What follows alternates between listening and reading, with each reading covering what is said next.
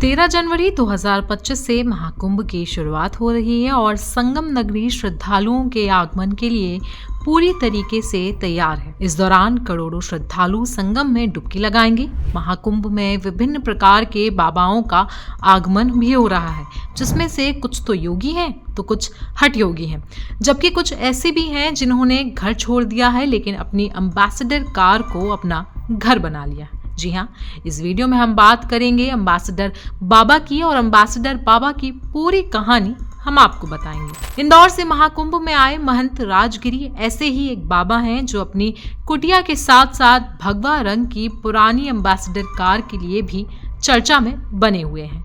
लोग उन्हें टार्जन बाबा या एम्बेसडर कार वाले बाबा के नाम से भी जानते हैं। ये कार महंत राजगिरी को करीब 35-40 साल पहले दान में मिली थी और तभी से उनकी यात्रा और आश्रम का हिस्सा बन गई। बाबा जहां भी जाते हैं इस कार में ही जाते हैं और इसने उनके लिए एक चलता फिरता आश्रम का रूप ले लिया। वे कहते हैं कि इस जीवन शैली ने उन्हें दुनियावी समस्याओं से दूर रखकर आत्मनिर्भर और आत्मकेंद्रित बना दिया है। अब बात करते हैं एम्बेसडर कार की कुछ खासियत के बारे में। तो इस एम्बेसडर कार की कई सारी खासियतें हैं। बाबा ने इसे अपनी जरूरतों के अनुसार कस्टमाइज करवाया है। कार में एक पंखा बाहर की तरफ फिट किया गया है और अंदर एक पाइप के जरिए चैम्बर जुड़ा हुआ है, जिससे ये कार एसी जैसी महसूस होती है। इसके अलावा कार की दोनों हेडलाइट्स पर आंखें बनाई गई हैं और कार की छत को मचान की तरह डिजाइन किया गया है, जो एक चलते फिरते पलंग के रूप में इस्तेमाल होती है। जहां चाहा गाड़ी को रोका और छत पर सो गए।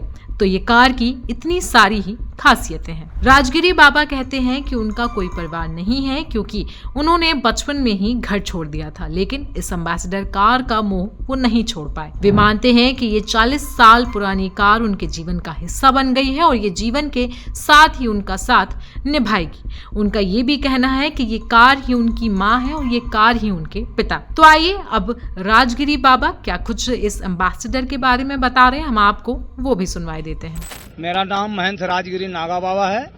इंदौर मध्य प्रदेश से हम आए हैं। श्री पंत स्नान जूना अखाड़े से हम जुड़े हुए हैं। लेकर आए हैं, चौथी बार इस कार से आए हैं। 4 बार कुंभ मेला इस यहाँ पर कर लिया इस गाड़ी से। और इस गाड़ी में खासियत क्या है, क्यों इस गाड़ी से इतना लगाव है? क्योंकि ये हमको लेकर के हर जगह में जा रही है, आ रही है। मेरा सोने खाने पीने का व्यवस्था सब इसके अंदर में रखता हूँ। एक घर के जैसा है, एक मेरे जान के जैसा है, एक मेरे माँ के जैसा समझ लीजिए। माँ का दर्जा क्यों दिया है? माँ का दर्जा यूँ दिया कि इसके पास खा रहा हूँ, सो रहा हूँ, इसके अंदर ही सो भी जाता हूँ।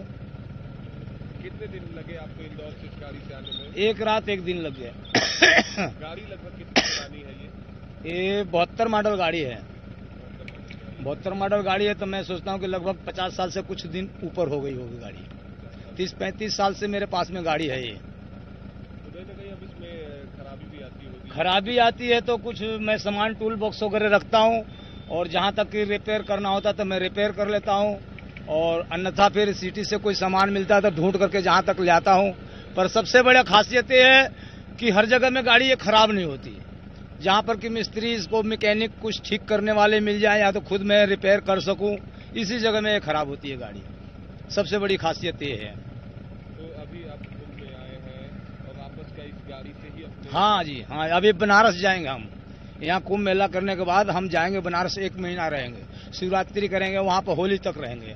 फिर इसके बाद में हो सकता है कि गंगा सागर भी चले जाएं। गंगा सागर का तो मेला तो निकल गया है, पर दर्शन मेला, काली का दर्शन मेला करने के लिए हो सकता है कि जाएं हम।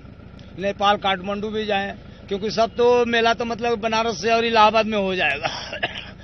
कितने लोग आपके साथ गाड़ी में आए हैं? हाँ? कितने लोग आपके साथ? अकेला मैं आया हूँ और अकेला ही रहता हूँ। यहाँ टेंट लगाए हैं हमारे गुरु भाई लोग, और लोग आ जाते हैं यहाँ पर। तो रहो, खाओ पियो, फिर उसके बाद में चले जाओ।